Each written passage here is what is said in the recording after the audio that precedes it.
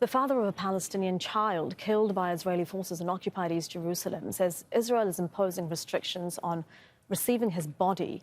13-year-old Rami al-Halhuli was shot in the chest while playing with fireworks near a checkpoint close to the Shu'fat refugee camp on Tuesday. Israeli raids have become more frequent and more intense across the occupied West Bank since Israel's war in Gaza began last year. Let's go to our correspondent, Zein Basravi. He's joining us live from Ramallah in the occupied West Bank. Firstly, Zein, why isn't Israel returning a 13-year-old's body after killing him while he was playing?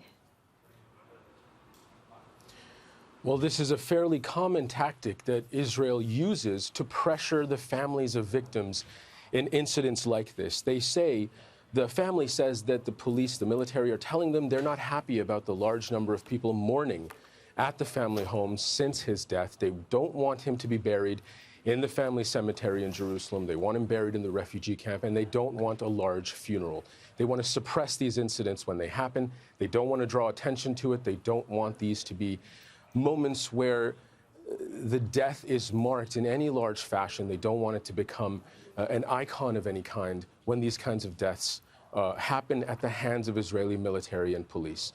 Now, Rami's sister, Sandy, was quoted as saying, "We only want them to hand over his body so that we can bury him and say goodbye, especially since they killed him for no sin, no reason.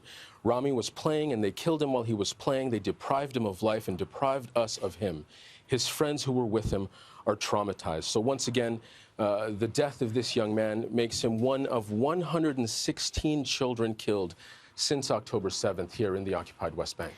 Okay, so withholding bodies has become one of the features of the occupation, Zein, and you have been talking to people about how they resist it. That's correct. The remains of more than 65 Palestinians out of the 433 that have been killed in the occupied West Bank since October 7th are being withheld. These are people who have not been given final rights. They haven't been able to have funerals. Their families haven't been able to mourn and say goodbye.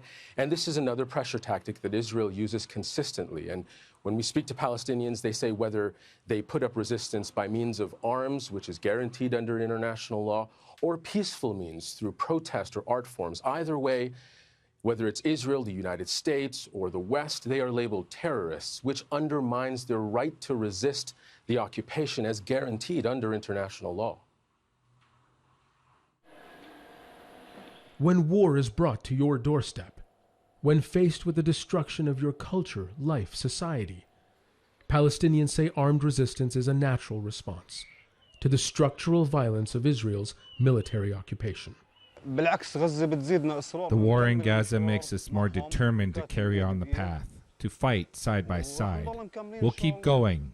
We were let down by the Palestinian Authority, the Arabs, everyone let us down. We rely only on God. We are prepared to die. It is familiar rhetoric, ideas that would be considered a valid part of any struggle for freedom. Where culture and resistance intersect, anything or anyone that stirs the collective consciousness of people, artists, musicians, and performers, are also targets of Israeli aggression. It shows how fragile they are. It's like they are threatened by even a symbolic cultural project like theater. They are afraid of our songs. So I don't want to sound poetic here, but tyrants hate songs.